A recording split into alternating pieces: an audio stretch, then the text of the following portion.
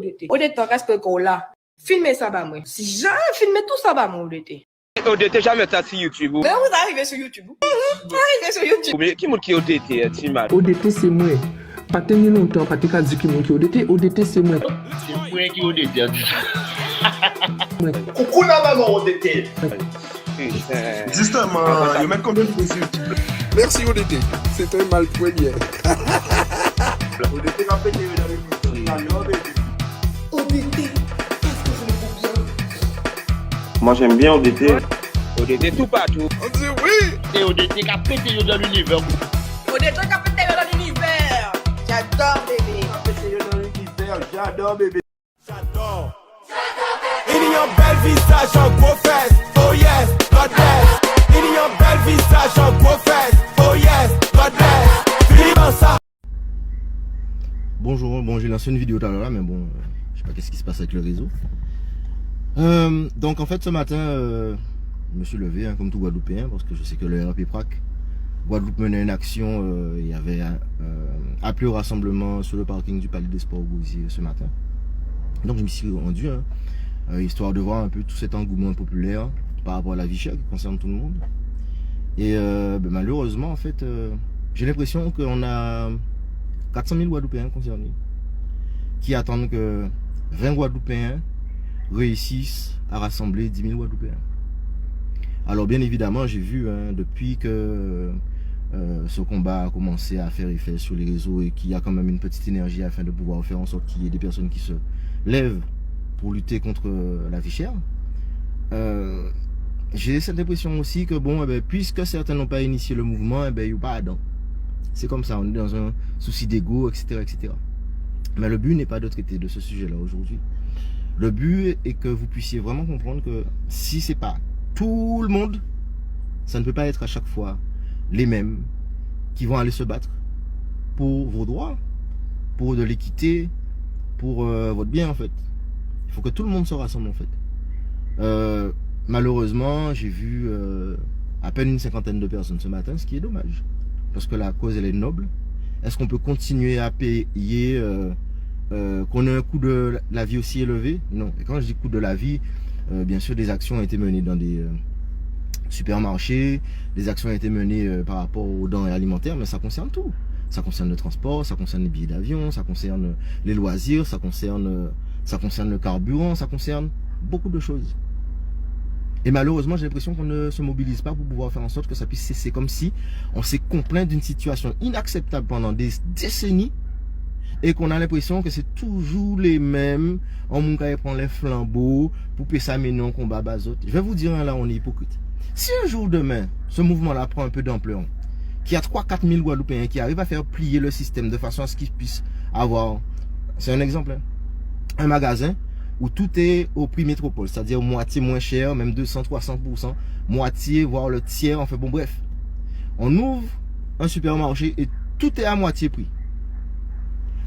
Tout le monde qui est un supermarché là, nous paye j'ai honte.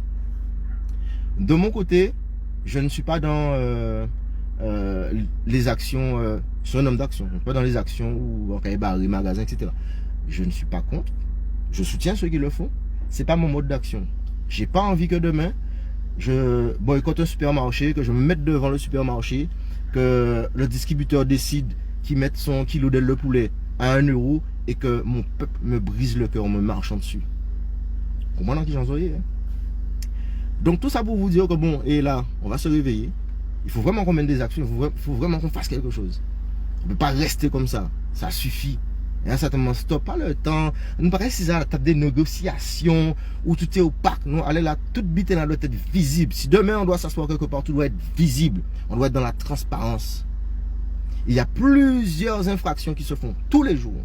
Les organismes, notamment l'OPMR, qui est censé réguler les marges, les prix, faire des rapports concernant la constitution des prix des produits et des denrées alimentaires. Les rapports qui doivent être faits annuellement. On n'a pas accès. On ne sait pas ce qu'ils font. On a un magistrat en Guadeloupe qui est censé s'occuper de ça. Nous pas ça, qu'à ces messieurs, qu'a fait. Qu'est-ce que fait que lorsqu'on prend des fonctionnaires là-bas pour venir contrôler les choses ici? Alors je sais que certains voyagent, je sais que la cocaïne est moins chère en Guadeloupe, etc. Chacun ses raisons. Mais à un certain moment, il faut bosser. Faut bosser. Bon, bref.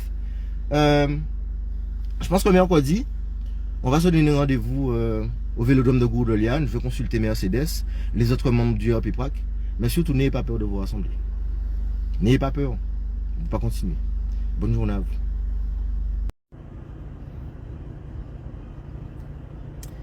Salut, salut. Je pense que certains d'entre vous vont prendre la vidéo en cours, hein, parce que bon, je vais pas faire, on va dire, très long feu sur le discours aujourd'hui. Donc, comme convenu, hein, j'avais fait une vidéo dimanche pour dire que le RP-PRAC organise un meeting mercredi 11, donc demain, au Vélodrome de Gourdeliane. Donc, c'est déjà pour que vous ayez l'information et que le maximum de personnes puissent venir à ce meeting où on pourra se rassembler en tant que citoyen pour pouvoir définir hein, de quoi nous a fait vraiment, quelles sont les actions à mener, hein, qu'est-ce qui est déjà en cours, qu'est-ce qu'on va entreprendre par rapport à la vie chère. Avant d'entreprendre ça, en fin de compte, je voulais quand même remettre certaines pendules à l'heure. Au tout début, depuis dimanche, quand j'ai fait cette vidéo-là, j'ai reçu des captures d'écran, des petits messages, des petits trucs, tu vois, dans des petits panneaux, hein, sur des discours très simples. Ouais, là, yo, en festival, là, yo, en Holiday Inn, là, yo, en KSS, à mon boire champagne, allez, là, yo, faire grève. En fait, amusement à moun, champagne à moun, pas si d'eau azote. La vie chère est un problème général, elle concerne tout le monde. Quand tu as gagné 50 000 euros, quand tu es RSA, vivant côté, achetant une bouteille coca à 5 euros, c'est trop cher. Quel que soit ton niveau de vie. La vie chère, ça concerne tout le monde. De deux, qu'on puisse parler de festivals, des gens qui sont dans la musique, qui créent des musiques pour pouvoir nous amuser, qui créent des tubes. Moi, t'es dans toutes vacances là, t'es dans la vie qu'on mène tellement waouh. Même s'il y a des jours qui sont difficiles, mais quand je sors d'une journée difficile, je vais mettre sur mon voiture, je vais faire la fête. Je suis avec mes enfants à la maison. On disait amusez-moi, nous écoutons un petit son, nous fait nous plaisir. C'est comme ça la vie, parce qu'on travaille dur, les choses sont déjà assez difficiles. Je suis pas sorti dans un petit festival, etc. Moi-même, je travaille dans ce milieu-là. Et je vais vous dire quelque chose. C'est très critique. Parce que des fois, on critique nos propres frères. Parce que quel que soit la KSS, les Jimmy's, les festivals Terre de Blues, la Carrière One Love, les Holiday Inn, et bien d'autres encore en Guadeloupe, c'est une industrie purement locale. C'est que des jeunes Guadeloupéens qui travaillent dedans. Nous-mêmes, en tant que société de nettoyage industriel, on travaille aussi dans les festivals. C'est une économie. Elle est touristique, c'est une économie peut-être qui touche les jeunes, mais c'est une économie purement locale. Et les gens essaient de faire du bon travail, même s'ils n'ont pas fait bordel. Donc quand on crée rien, quand on fait rien, c'est facile de critiquer. À pas parce que moun ka misé yo pour dire comme yo ka fait la fête, moi en pas qu'à mobiliser moi. Ça ce sont de faux prétextes. Ça fait un moment hein, que nous à Moun Guadeloupe, on est sorti du terrain. Depuis qu'on est sorti, des actions impactantes, on n'en a pas vu. Des gens qui ont porté les boules, nous pas voyons. À part faire bouche à yo, blablabla, machin, donner leur avis sur tout et n'importe quoi. Mais quand les actions concrètes se donnent, on vous voit pas. Nous pas qu'à voyons. Alors vos petits critiques sur les gens qui s'amusent, c'est pour ça qu'ils ont pas qu'à gourmet, qu'à Guadeloupe est trop ingrat. Moi c'est pas mon problème mon gars. J'ai 3 enfants. J'ai pas envie de leur laisser cette société-là demain. J'ai pas envie de leur laisser cette société-là demain. Parce que quel que soit ce qu'on pourrait penser, la vie chère crée une instabilité sociale.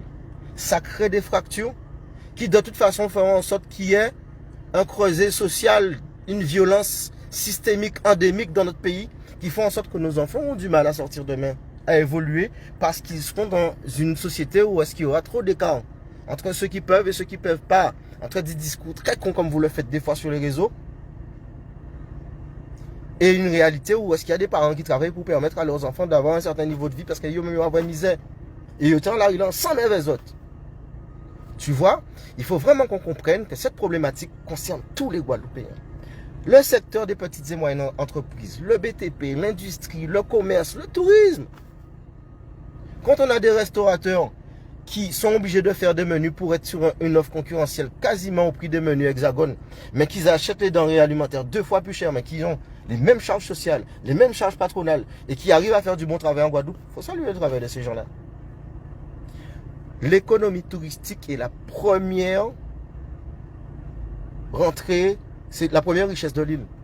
C'est pas le brassage et la gueule des gens. Sincèrement, hein.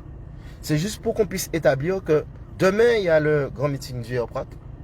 sincèrement, il faut que, quelles que soient nos disparités politiques, syndicales, etc., en tant que citoyen, la vie chère, il y a de l'injustice et il faut qu'on lutte tous ensemble, ne serait-ce que pour nos enfants, pour nous-mêmes, pour notre vie au quotidien, pour nous qui avons des entreprises, pour nous qui sommes au chômage, pour famille en nous, à pas parce qu'il y a 10, 20 000 Guadeloupéens, peut-être qu'à vivre bien, qu'on doit oublier les 390 000 qui cassent souffert tous les jours. Qui cassent souffert tous les jours. Qui ne peut pas nourrir famille correctement. Qui ne peut pas envoyer l'école vers ce qu'il faut. D'accord? Donc, on me dit, oui, pas goumer, pas si, en cas goumer, parce qu'on est fucking 3 petits moun et on ne veut pas laisser ce système là, ça va yo. On ne veut pas que n'importe qui moun prenne pour des bouffons. On ne veut pas payer des taxes, des impôts, des TVA, des charges sociales, des charges fiscales. Et en panier de l'eau, en panier de l'hôpital, en cas payer coucher, les fonctionnaires censés réguler ça, qui viennent toute la journée, qui branlent en payant moins. On en a marre. Demain, il y a un meeting, on se rassemble, on définit comment on arrive à faire cesser tout ça ensemble. Noir, blanc, chinois. Même un touriste qui vient sur l'île, quand il va faire des courses une fois, c'est une injustice. C'est pas une question de le vivre au quotidien, c'est encore plus dur. Le vivre de manière systémique, c'est encore plus dur. Mais ça concerne tout le monde. Donc en fin de compte, demain, meeting du Airprac Guadeloupe au Vélodrome de Goulogne, 20h. Je vous invite tous, faites tourner l'information.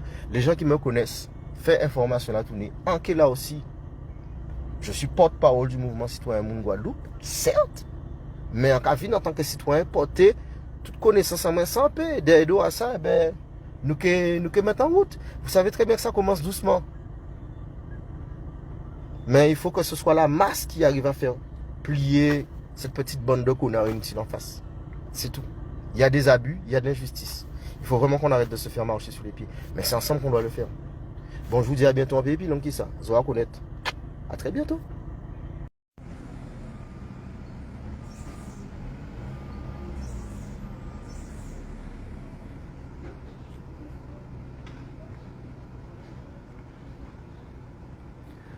Bon, je suppose que vous allez prendre le live en cours. Hein.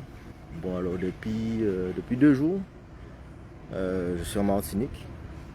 Donc, il fallait que je fasse le point avec les équipes du Airprac Martinique sur certaines choses, voir un petit peu comment ça se passait, etc. Donc, on a pu échanger, j'ai aussi pu voir un peu comment ça se passait sur le terrain, qui était très intéressant de voir un petit peu que d'une manière générale, chacun a une organisation particulière. Et puis voilà. Je fais ce live là parce que normalement je suis pas trop dans l'hyper-communication ces temps-ci. Mais c'est par rapport à une politique de pourrissement. J'ai constaté parce que là, j'ai été faire un petit tour à l'aéroport aujourd'hui, Aimé Césaire. Je vois que c'est surtout des contingents de CRS qui arrivent. Et c'est souvent une politique répressive qui est mise en place. Alors les objectifs sont simples, hein, c'est toujours les mêmes procédés qui sont mis en place par ces messieurs, les dirigeants, représentants d'État, de l'État français dans les départements. C'est la politique du pourrissement, c'est-à-dire que les demandes sont tout à fait légitimes, la cause est tout à fait noble. Il s'agit d'une population qui souffre de la vie chère, qui souffre, on va dire, de certaines carences financières pour pouvoir se nourrir convenablement, pour pouvoir se soigner convenablement. Et par rapport à une demande qui est tout à fait légitime, hein, on dit que la République est une et indivisible, c'est-à-dire que la France et les départements d'outre-mer doivent être au même niveau d'égalité. Hein. C'est pour ça qu'on a fait la loi à l'égalité réelle, la loi Lurel de 2017. Mais sans trop rentrer dans les détails, ce que je constate, c'est que le préfet a décidé, lui, de mettre en face des revendications une politique répressive. C'est-à-dire envoyer des CRS sur le terrain, des contrôles intempestifs sur la zone de Fort-de-France. Une politique répressive qui n'a rien à voir dans une politique où on doit se mettre autour de la table et trouver des solutions pour pouvoir faire en sorte d'aligner les prix et que les prix soient corrects, que les marges ne soient pas déraisonnables et déraisonnées, qu'il y ait quand même une politique cohérente au niveau de l'alimentaire en Martinique et plus largement dans les DOM. Et je trouve qu'à chaque fois, en 2021, maintenant, ou quel que soit, on a toujours une politique répressive. C'est-à-dire qu'on va dire qu'il y a des violences qui sont faites, que les forces de l'ordre se font caillasser, etc. Mais si les forces de l'ordre restent dans la caserne, il n'y a pas de caillassage. Hein. Si les forces de l'ordre restent là où ils sont, il n'y a pas de caillassage. Il n'y a pas de danger pour les citoyens de la Martinique. Aucun citoyen n'agresse aucun citoyen en Martinique. Il n'y a pas besoin de maintien de l'ordre. Il y a une exaspération de la population. Donc certains quartiers où il y a des barrages qui sont mis en place, eh ben, pour pouvoir faire en sorte que la situation puisse être débloquée, je pense que c'est de vous mettre à table et de trouver des solutions par rapport à ce qui vous est demandé. C'est l'alignement des prix par rapport aux prix qui sont pratiqués sur le territoire français. Puisque la Martinique, la Guadeloupe, la Guyane et les départements d'outre-mer sont des territoires français. C'est tout ce qu'on vous a demandé. Et ben voilà quoi. En tout cas là, ben c'est arrivée de renfort de gendarmerie, arrivée de renfort de CRS, de MO, etc. Et cette politique de l'escalade de violence, elle n'est pas faite par la population martiniquaise. Elle est faite par le préfet ici. Elle est faite par le préfet. C'est pas le bon procédé. On ne met pas en face de revendications sociales des gens pour donner le coup de bâton. Ça, vous vous êtes trompé d'époque. Sincèrement. Bon, de toute façon, vous savez, je pense que l'organisation ici est un petit peu différente. Je vous laisserai, surtout à monsieur le préfet, les joies de découvrir un petit peu comment le peuple martiniquais est organisé. Et puis voilà. En tout cas, moi, ça m'a fait plaisir de partager ces moments de militantisme en Martinique. Et puis, la Guadeloupe, à bientôt.